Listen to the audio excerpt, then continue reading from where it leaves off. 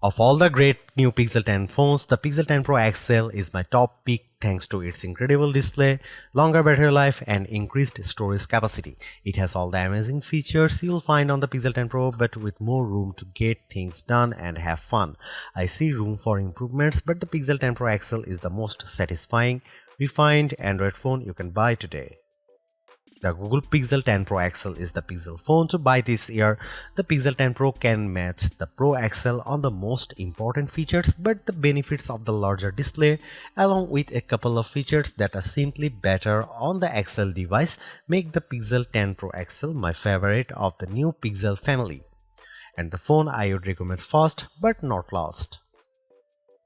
I feel confident recommending the Pixel 10 Pro XL above the rest and above any other Android phone you can buy right now because I spent the last year using the Pixel 9 Pro as my primary work phone. That means I know exactly why the Pixel is a great phone for being productive, but I also know that I wish I would had a bigger screen than the 9 Pros. The Pro XL will be my primary device this year for sure. If you haven't checked out a Pixel phone in a while, you really should head to a store and get your hands on one. The latest Pixel 10 Pro XL is polished and well built with a refined look and gorgeous materials and color combinations. It's a much nicer looking phone than the latest iPhone 16 Pro Max, and it delivers on a number of features Apple hasn't been able to match. Google's AI features are the most advanced on any smartphone and often most unobtrusive. The newest AI features like Magic Q and the live translation don't feel pushy or overblown, and they don't produce embarrassing or useless results. Google is pushing AI into the background as a silent helper where it should be. Of course, all of the new Pixel 10 series phones have Google's advanced new AI features like the live translator that not only converts your language into another tongue, it also speaks with a voice that sounds remarkably like yours. That may sound alarming from a privacy viewpoint, but Google says this processing happens on the Pixel 10 Pro XL and not on a distant cloud computer, so your conversations and your voice should be safe. So what makes the Pixel 10 Pro XL so special, the best of the Pixel 10 bunch? First of all, Google's Pixel displays, so-called Super Actua displays, are among the best you will see on any smartphone. These screens are bright and colorful and very sharp. When the screen is this good, I want as much screen as I can get, so I prefer having the larger XL display at 6.8 inches. It's 0.5 inches bigger diagonally than the Pixel 10's display, and that equals 13 square centimeters of extra screen space. The Pixel 10 Pro XL also has the largest battery of all the new Pixel phones, and that equates to the longest battery life, both in my real-world testing and our battery rundown test.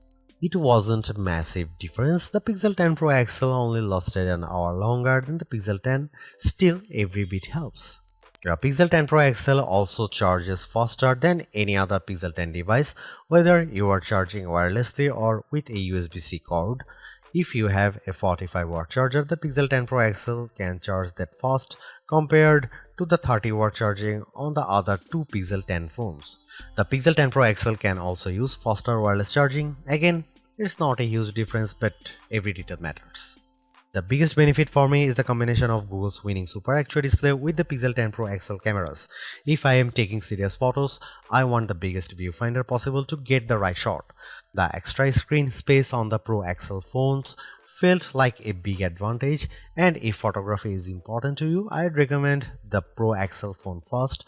The Pixel 10 Pro has the exact same camera specs, but having the bigger Pro XL display helped me take better shots. Are there other benefits to the Pro XL? Well, not really. It isn't any faster than the Pixel 10 Pro or even than the Pixel 10. In our benchmark tests, the extra RAM in the Pro models didn't seem to make much difference. Pixel phones still disappoint if you only care about the numbers.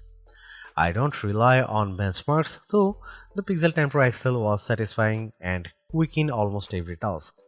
There was some lag on the camera, but most of other features, including the latest AI helpers, ran smoothly with no delays. Google has another winner with the Pixel 10 Pro XL and the whole Pixel 10 family. Between the premium design, the excellent software, and the advanced AI features, this is a phone that iPhone fans should seriously consider, and Galaxy owners should envy. I'll be keeping this phone close by, snapped to my MagSafe charging stand until an even better Pixel comes along. I remember the days when a new phone would cost the same but come with more storage and RAM than last year's model because component costs had decreased. This year's Pixel 10 Pro XL is more expensive than before and it comes with 256 GB of storage, but I'm not awarding Google any medals for giving the phone enough space. This phone should be cheaper. To be fair, 256 GB of storage is the right amount unless you play a ton of games or you shoot video with your phone at high resolution. There's a 1TB model available, but only serious enthusiasts need apply, and you know who you are. The color options this year are a bit drab. I like the moonstone color and the jade, but they aren't very exciting. My review unit is the porcelain white, which looks classy but a bit bland. Google also sent along a silicone case with magnets built in that matches the phone perfectly. If you want the 1TB storage option, it's only available in the black obsidian. The Google Pixel 10 Pro XL is the Pixel 10 Pro all blown up. It doesn't add any extra buttons or physical details. The two phones look identical, just at a different scale. That's a good thing because the Pixel 10 Pro is a great looking phone and it keeps the same exact design as the Pixel 9 Pro. That was my favorite phone of last year. If it ain't broke, don't fix it. I like the Pixel 10 Pro XL design even more than the latest iPhone 16 Pro Max. It feels just as refined as Apple's phone with fewer unnecessary buttons to get in the way. Does anyone actually use the camera control? I know I don't. To be fair, I don't use the temperature sensor on the back of the Pixel 10 Pro XL, but I can ignore that easier than a button. The color options are a bit professional and bland, but closer inspections shows more attention to detail than I would have expected from Google. The jade color of my Pro review sample, for instance, was matched with a light gold frame that looks barely glided. It's a gorgeous match. The speaker grills on the bottom of the phone are new and color matched to the frame you choose. It's a nice touch that most people won't ever notice. I have no complaints about the Pixel 10 Pro XL design except that I would like to see more interesting color options. Google at least matches its phones perfectly with its silicone case colors, and like the Pixel 10 phones, the latest cases have magnets inside that secure a very strong connection to any Pixel Snap or MagSafe accessories you might buy. Wow, I was expecting to be pleased with the Pixel 10 Pro XL's display, but this phone somehow looks even better than I anticipated. Google's Super Actua displays are among the best you will find on any smartphone. For the past few years, Google's new Pixel displays have been dominant, topped only by Samsung's best Ultra screen, and this year hasn't been disappointing at all. The Pixel 10 Pro XL is a joy to use in any situation. It's great in outdoor light, even for shooting photos or reading my social feeds. It's perfect for navigating in the car or on the street. It's a great phone for reading in the dark late at night or as a bedside lamp with the Pixel Snap screensavers. In fact, I like this display so much that I think it justifies paying more to have more of it. The Pro XL is the Pixel to buy not just because it has a bigger screen, but because the screen is so enjoyable that I want to have as much of it as possible. Whether I'm watching videos, taking photos, or playing games, the Pixel 10 Pro XL display is my favorite on any smartphone I own. The Google Pixel 10 Pro XL highlights Google's clean and well-designed interface. I love the Material 3 expressive interface design, as Google calls it Pixel version of Android. It's friendly without feeling cartoonish, and it packs plenty of useful widgets and tools that are easy to manage and don't hog my attention. With so much screen space, it was a joy to create AI wallpapers and populate my home screen with Google's sleek widgets. I let the phone set all of my icon and widgets colors to match my wallpaper, creating a unified theme, and the phone darkened the colors as the day went on, finally flipping to dark mode after sunset. That's the best of Pixel, a well-designed interface filled with just enough useful features to make the phone a tool you always want in your pocket. The Pixel 10 Pro XL will definitely remain my primary work phone after this review is published. It gives me simple customization and shortcuts that removes the clutter of apps from my home screen and surface just the information I need. I wish iOS was better at this. The Pixel 10 Pro XL also has some of the most useful AI features you'll find on a phone, and I am a big fan of Google's call screening tools. I can let Google AI answer when an unknown number calls, and it will give me a text transcript of whether my caller says, then I can decide whether to answer the call or not. This feature is only available on Pro Pixel models, and it's worth the upgrade if you take a lot of calls. Apple lets you make a contact card for yourself that will accompany your phone number when you share your details. Google lets you make the contact card for your contacts instead of having them do the work. That seems like a better solution since not everybody owns an iPhone and Apple's contact card don't work across platforms. Even Google's Daily Hub is more useful than other attempts I have seen. Samsung, Motorola, and now Google all offer a homepage for your personal information gathered and summarized by AI. On my Galaxy S25 Ultra, the Now Brief page has been useless at best and oddly flippant at worst. On the Pixel 10 Pro XL, the Daily Hub offers more useful information, links I actually enjoy, and easy access to more information. There are still some odd and off-putting AI features, usually generative AI tools. The Recorder app, for some odd reason, offers a generate a musical background for your recordings. I don't really need a pop metal soundtrack for my business interviews. Thanks. Still, it's easy to ignore these oddities, and Google mostly doesn't shove its AI in your face.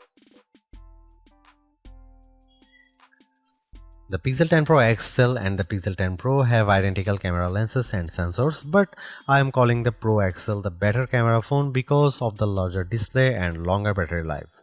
Both of those attributes are features that camera buyers look for, and they make a difference when shooting the pixels. The photos I got from the Pixel 10 Pro XL were fantastic, perhaps the best I have seen on any camera phone. The Pixel 10 Pro XL took photos with very accurate colors and plenty of details at every focal range.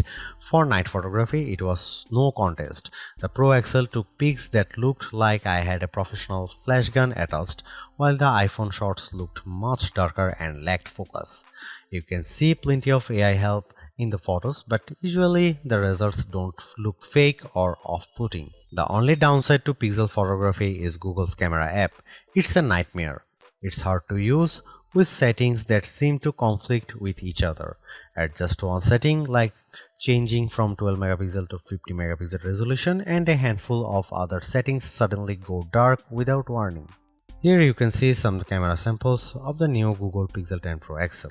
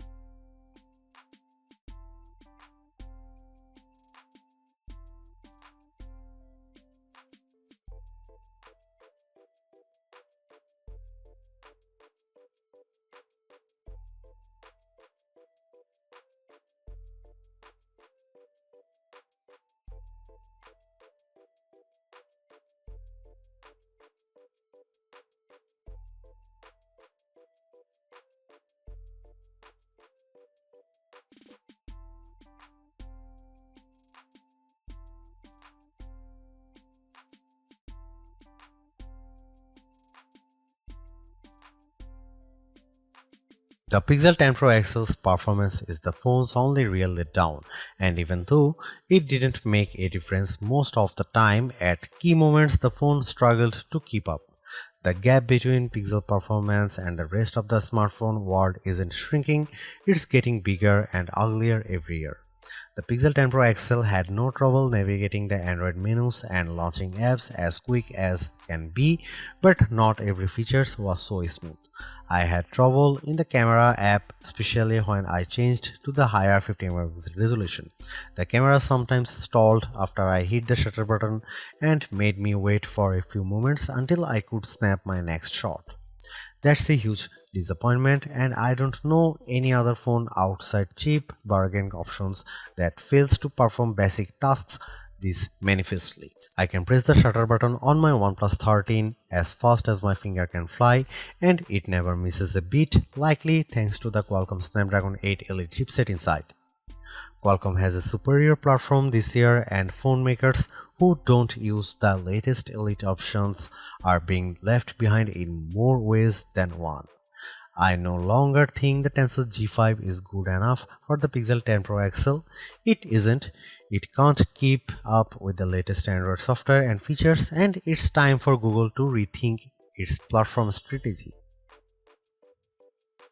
The Pixel 10 Pro XL has the best battery life of any Pixel 10 phone so far, but that isn't saying much. The Pro XL lasted through a full day with little trouble, but I was still nervous when the battery hit single digits before bedtime, which was often.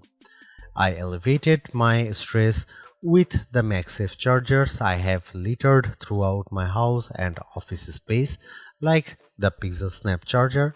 MagSafe is convenient for fast charging when I have 15 minutes to let my phone sit on a stand. A couple of those charge breaks every day made sure I had enough battery to last as long as I needed. This mediocre battery life is especially disappointing because I have seen massive gains in the rest of the Android world.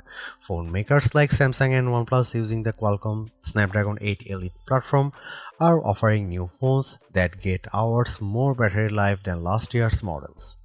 The Pixel 10 Pro XL lasted 15 minutes longer in our battery tests than last year's Pixel 9 Pro XL. That's pathetic.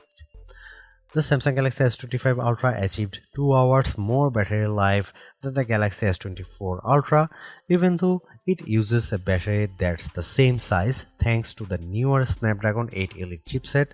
If Google can't offer similar improvements year over year, it's time to change platforms, or it will be time to stop recommending the Pixel. Google's made a few but effective upgrades to the Pixel 10 Pro XL. It's a masterclass in efficiency, changing and improving just enough to stay almost the top of the pack in the most areas. The display's brightness is unmatched, and the camera's ultra-wide perhaps aside offer a balanced, natural look that I can see a lot of people liking. It's unfortunate the Pixel 10 series is still the lowest powered of the flagship phones on sale today and lags behind its main rivals on battery efficiency. Hopefully, access to Google's latest AI tools makes up for that for anyone who decides to take the plunge, although perhaps give it a couple of months if this is your primary reason. Hopefully by then the seemingly incomplete Magic Q and the preview version of the camera coach will have been made whole. The Galaxy S25 Ultra may still be a better pick for you if you want more power and power efficiency from your phone. The Pixel 10 Pro may also be a better fit than the XL, considering you only sacrifice display size and battery life for a cheaper phone that's otherwise just as capable as its large sibling. But the Pixel 10 Pro XL is the most capable of competitive of Google's latest batch of phones. If you are buying a phone right now and want best-in-class software combined with top-tier hardware, this Pixel is probably the one to pick.